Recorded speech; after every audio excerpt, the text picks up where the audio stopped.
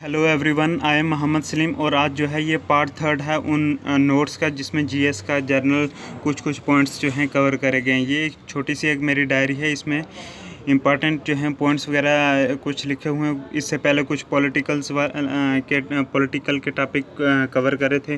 Part first part second videos बना चुका हूँ, अब ये पार्ट थर्ड है, ठीक है ना।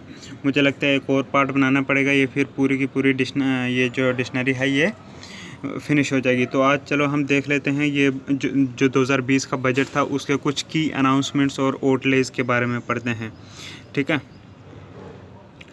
स्केड्यूल्ड कास्ट वेलफेयर स्कीम में पैसा जो है वो 85,000 करोड़ रुपए उसमें दिया गया है, ठीक है। 85,000 करोड़,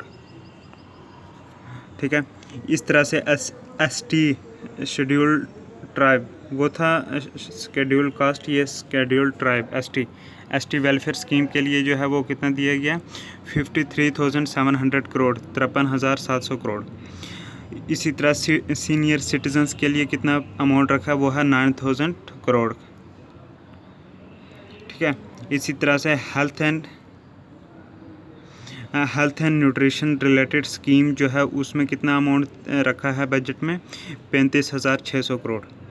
इसी तरह रोड एंड ट्रांसपोर्टेशन में कितना रखा गया है 1.7 लाख करोड़, ठीक है।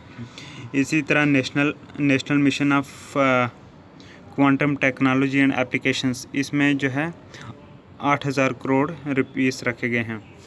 इसी तरह फिर रिन्यूएबल एनर्जी सेक्टर में 20,000 crore, industry and commerce development में 27,300 करोड़, एजुकेशन में 99,300 करोड़, स्किल डेवलपमेंट में 3,000 करोड़। अच्छा, एक और पॉइंट है कि there is the huge means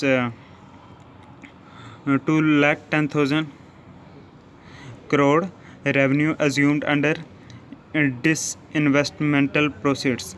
This is based on the successful culmination of disinvestment process in किस में number 1 air India, second Bharat petroleum, third life insurance corporation of India LIC। ये 3 की डिसइन्वेस्टमेंट करी तो उसके बेस पर जो है वहाँ पे सक्सेसफुल हुआ, तो इसलिए जो है ये डिसइन्वेस्टमेंट का प्रोविज़न रखा गया, ठीक है। ये 3 company air India, Bharat petroleum, LIC, ठीक है, इनका डिसइन्वेस्टमेंट करा गया।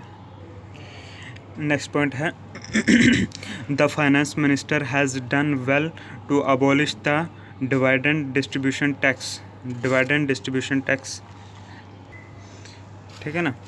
Finance minister has done well to abolish the dividend distribution tax, ठीक है। उसके बाद एक और टॉपिक है, मतलब कि विवाद से विश्वास scheme.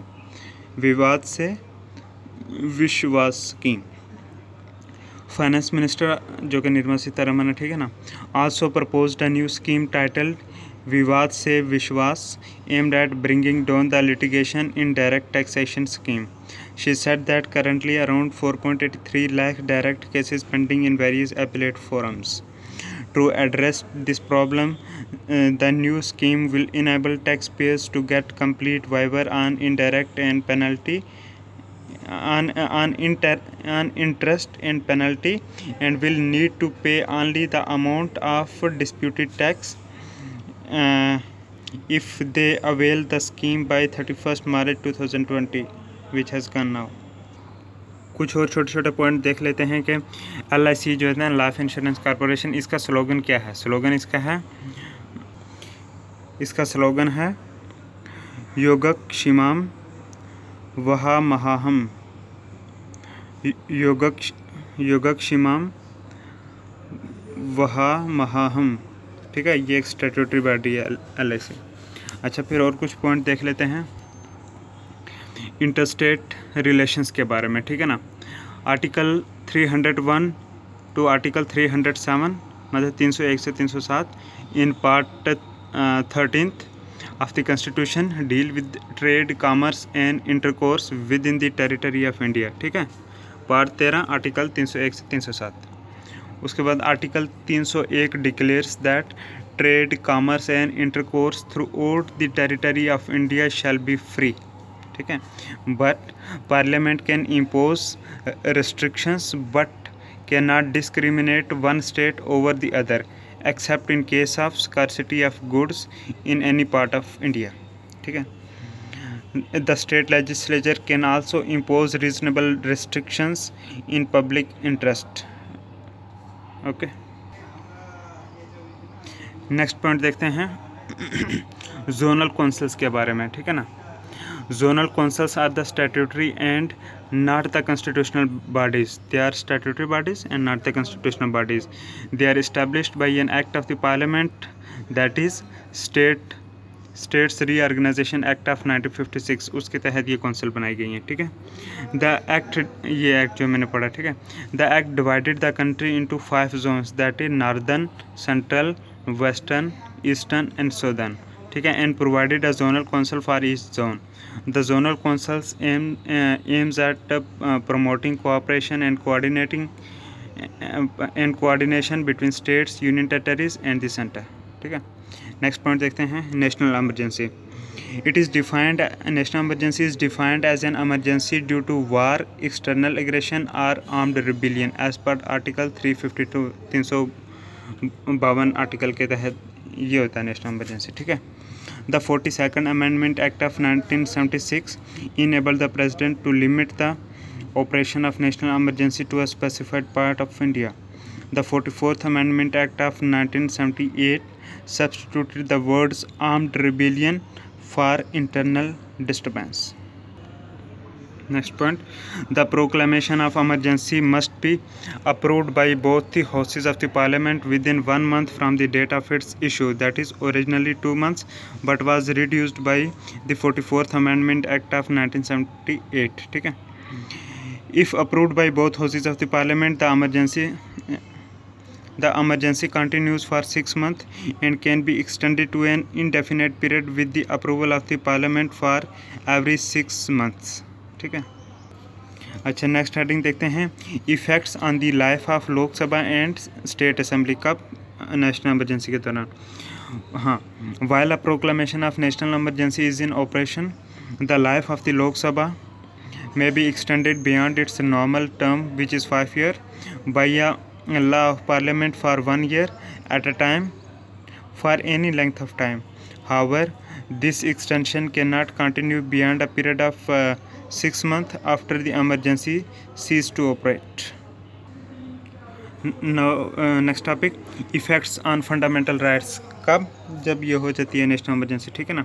Number 1, suspension of fundamental rights under article 19, article 19 जिसमें फ्रीडम टू स्पीच एक्सप्रेशन है, ठीक है ना। According to article 358, when a proclamation of the national emergency is made, the 6 fundamental rights under article 19 are automatically suspended, ठीक है।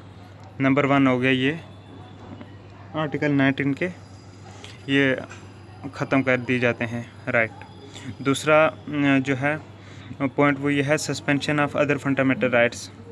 Article 359 authorises the president to suspend the right to move any court for the enforcement of the fundamental rights during a national emergency. But the 44th Amendment Act of 1978 restricted the scope of Article 359 in 2 ways. Number 1, firstly, the President cannot suspend the right to move the court for the enforcement of the fundamental rights granted by Article 20 and 21. ठीक है, जो fundamental rights article 20 और 21 में उनका violations हो रहा है तो प्रेसिडेंट किसी बंदे को पावर छीन नहीं सकती कि वो कोर्ट में ना जाए। मतलब कि अगर उसकी ये 2 आर्टिकल्स वायलेट हो रहे हैं वो कोर्ट में जा सकता है। ये इस 1978 का जो 44वां तरमीमी बिल था उसके तहत ये बनाया गया, पहले नहीं था ये scope. Then secondly, only those laws which are related with the emergency are protected from being challenged and not other laws, and the executive action taken only under such a law is protected, ठीक है। now president's role, article 355, article 355, it imposes a duty on the center to ensure that the government of every state is carried on in accordance with the provisions of the constitution.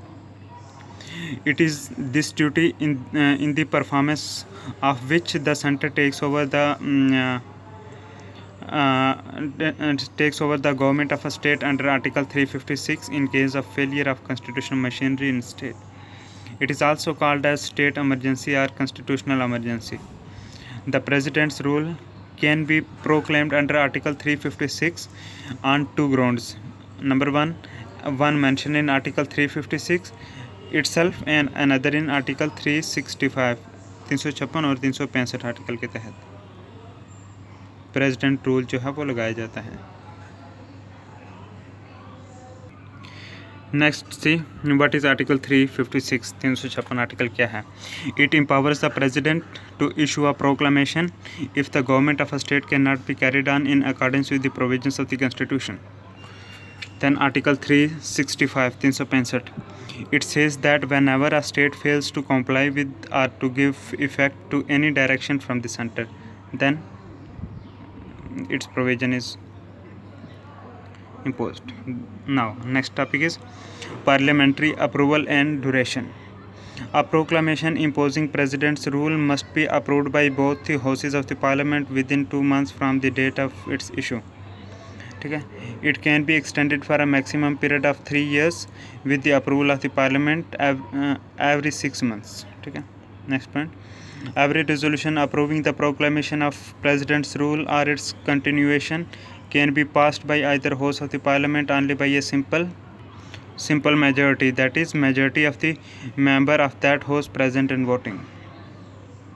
However, if the dissolution of the Lok Sabha takes place during the period of 6 months without approving the further continuation of the president's rule, then the proclamation survives until 30 days from the first sitting of the Lok Sabha after its reconstruction, provided the Rajya Sabha has in the meantime approved it's continuous. ठीक है. जब तक नई लोकसभा थी condition ये है कि अगर राज्यसभा अप्रूव कर दे तब तक जो है जब तक नई लोकसभा बैठती जब बैठ जाती है उसके 30 दिन बाद जो है वो करा जाएगा. मतलब जब नई लोकसभा बैठेगी उसके 30 दिन तक ये चलेगी. उसके बाद क्या डिसीजन लिया जाता है वो देखते हैं. ठीक है. हाँ अदरवाइज इट विल स्टॉप ये प्रेसिडेंट रूल. ठीक है. अच्छा. The 44th amendment act of 1978 introduced a new provision to put a restraint on the power of the parliament to extend the proclamation of president's rule beyond 1 year. Number 1, if national emergency is in operation. Second, if election commission certify that there are difficulties for election in the state. Now consequences of the president's rule. ठीक है. Number 1, president dismisses state council of ministers. Second, the governor on behalf of president carries on the state administration with the help of chief secretary and advisors. Third, president can either suspend for some time or dissolve completely the state legislative assembly. Fourth, the parliament passes the state legislative bills and the state budget parliament. ठीक है. Now the 44th Amendment Act of 1978 brought President's rule under judicial review as opposed to 38th Amendment Act of 1975 which said it cannot be challenged. ठीक है. मतलब judicial review अब हो सकता है 1978 के अमेंडमेंट के बाद किसका प्रेसिडेंट रूल का. ठीक है. यहाँ पे नोट्स में लिखा है same case for financial emergency, उसमें भी ये जुडिशल रिव्यू करते होंगे. ठीक. अच्छा. आर्टिकल 360 आगे देखते हैं. Article 360 empowers the president to proclaim a financial emergency if he is satisfied that a situation has arisen due to which the financial stability or credit of India or any of its territory is threatened. ठीक है. तब 360 के तहत financial emergency लगाई जाती है. Once approved by both the houses of the parliament, the financial emergency continues indefinitely till it is revoked. This implies two things. Number 1, there is no maximum period prescribed for its operation. किसका? Financial emergency का. Second, repeated parliamentary approval is not required for its continuation. Now election of the President of India. It is not directly by the people but by means of electoral college consisting of number 1, elected MPs of both houses and MLAs means elected MPs and MLAs. ठीक है. as per article 54. Second, it includes NCT of Delhi and Puducherry. Third, system of proportional representation by means of single transferable vote. Fourth, there shall be uniformity in the scale of representation of the different states at the election of the president as per Article 55.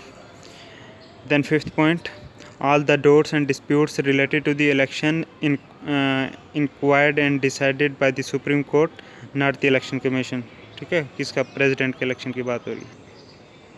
Now eligibility for the president बनने के लिए क्या eligibility है? Number 1, ये article 58 में जो conditions as per article 58 उसमें क्या कंडीशंस रखी है? Number 1, he should be an Indian citizen. Second, he should have completed the age of 35 years. Third, he should be qualified for election as a member of the Lok Sabha. Fourth, that person should not hold any office of profit under the union government or any state government or any local or other authority.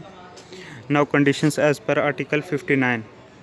ठीक है, वो article 58 में ये conditions थे। Article 59 में क्या conditions हैं? The president should not be a member of any house of union or state legislature. कब? जब वो मतलब के प्रेसिडेंट बन जाता है, अगर वो था पहले, उसको वो वैकेट करना होता है, ठीक है, रिज़ाइन करना होता है। Next point, under article 62 class 1 an election should be held to fill vacancy of presidential post before the expiration of president's term. ठीक है। Now next is article 61 president's impeachment. Article 61 क्या है कि president's impeachment for violation of constitution. कि अगर article 61 में ये है कि अगर प्रेसिडेंट कॉन्स्टिट्यूशन की वायलेशन करता है तो उसकी इम्पीचमेंट होगी। ठीक है। Now let's see veto power of the president. ठीक है, बैकग्राउंड क्या है? अंडर आर्टिकल 111 मतलब आर्टिकल 111 के तहत क्या है? 111 आर्टिकल के तहत ये है, when a bill is presented to the president he has 3 alternatives. Number 1, he may give his assent to the bill. Second, he may withhold his assent to the bill. Third, he may return the bill if it is not a money bill for reconsideration of the parliament with or without amendments, and again presented to the and if again presented to the president must give his assent to the bill. ठीक है। Today 4 type of vetoes exist in modern state enjoyed by the executive. Number 1, absolute veto, qualified veto, suspensive veto and pocket veto. ये 4 किस्म की veto हैं। ठीक है। तीसरी जो थी suspensive veto and pocket veto, और पहली दूसरी थी एब्सोल्यूट एंड क्वालिफाइड वीटो। अब देख लेते हैं एब्सोल्यूट वीटो क्या है। इसमें क्या होता है कि withholding of the assent to the bill passed by the legislature, के जो लेजिस्लेचर ने पास करा उस बिल को जो है आपने अभी मंजूरी ना दो। ठीक है, विद होल्ड करके रखो। ये होता है एब्सोल्यूट वीटो। तो क्वालिफाइड वीटो क्या होता है? It can be overridden by the legislature with the higher majority. Qualified veto जो है इसको लेजिस्लेचर ओवर राइड कर सकती है हायर मेजॉरिटी के साथ। थर्ड है सस्पेंसिव वीटो। ठीक है, इसमें क्या होता है कि it can be overridden by the legislature with an ordinary majority. ठीक है, सस्पेंसिव वीटो भी जो है लेजिस्लेचर इसको ओवर राइड कर सकती है एक ऑर्डिनरी मेजॉरिटी के साथ। ठीक है। फोर्थ है pocket veto, that is taking no action on the bill passed by the legislature. कि जो मतलब कि लेजिस्लेचर ने बिल पास करा उस पर कुछ काम नहीं करा। पॉकेट वीटो ऐसे मतलब कि याद रख सकते कि जैसे बिल उठाया पॉकेट में डाल दिया, कोई एक्शन नहीं लिया अभी। ठीक है। एक नोट में यह है कि in case of Indian president there is no qualified veto. Indian, ये मैंने जो 4 किस्म की बोली ये मॉडर्न वर्ल्ड की वीटोज़ हैं। ठीक है ना, लेकिन इंडियन प्रेसिडेंट के पास क्वालिफाइड वीटो नहीं है। बाकी ये suspensive veto, pocket veto, absolute veto ये हैं। ठीक है, क्वालिफाइड वीटो नहीं है। ये वाला था क्वालिफाइड वीटो जिसको लेजिस्लेचर जो ओवर राइड कर सकती है हायर मेजॉरिटी के साथ, ये उसके पास नहीं है। नेक्स्ट पॉइंट देख लेते हैं कि the president of India exercises pocket veto power as the constitution does not prescribe any time limit within which he has to take the decision with respect to the bill presented to him for his assent. ठीक है। In USA on the other hand the president has to return the bill for reconsideration within 10 days USA में सिर्फ 10 दिन में अगर return करना हो bill 10 दिन में करेंगे। इंडिया के में कुछ ऐसा प्रोविज़न नहीं है टाइम लिमिट का, इसलिए वो पॉकेट वीटो यूज़ करता है, ठीक है। हाँ, यूएसए का बोल रहे थे कि he has to return the bill within 10 days, hence it is remarked as the pocket of the Indian president। हाँ, ये हम कह सकते हैं कि pocket of Indian president is bigger than that of the American president, क्योंकि American president को 10 दिन के अंदर ही बिल रिटर्न करना होता है अगर वो असेंट नहीं दे रहा, लेकिन इंडियन प्रेसिडेंट का जो है वो पॉकेट गोजा बहुत बड़ा है, आराम से बिल डाल दो। एक ऐसे मैं ट्रिक बता रहा हूँ याद करने के लिए। नेक्स्ट पॉइंट देखते हैं। The 24th constitutional amendment act of 1971 made it obligatory for the president to give his assent to the constitutional amendment bill, so our president has no veto power in respect of the constitutional amendment, ठीक है। 24वां जो तरमीमी bill हुआ था 1971 का, उसने ये ज़रूरी कर दिया था प्रेसिडेंट के लिए कि वो अपना जो है वो मंजूरी दे किसी कॉन्स्टिट्यूशनल अमेंडमेंट बिल को। इसलिए हमारा प्रेसिडेंट के पास जो है कॉन्स्टिट्यूशनल अमेंडमेंट बिल के लिए कोई वीटो पावर नहीं है, बाकी बिल्स के लिए, ठीक है। तो थैंक यू। हम आगे एक और पार्ट बनाएंगे जिसमें रेस्ट ऑफ द ये हमारे नोट्स जो हैं ये कवर करेंगे। तो थैंक यू वेरी मच।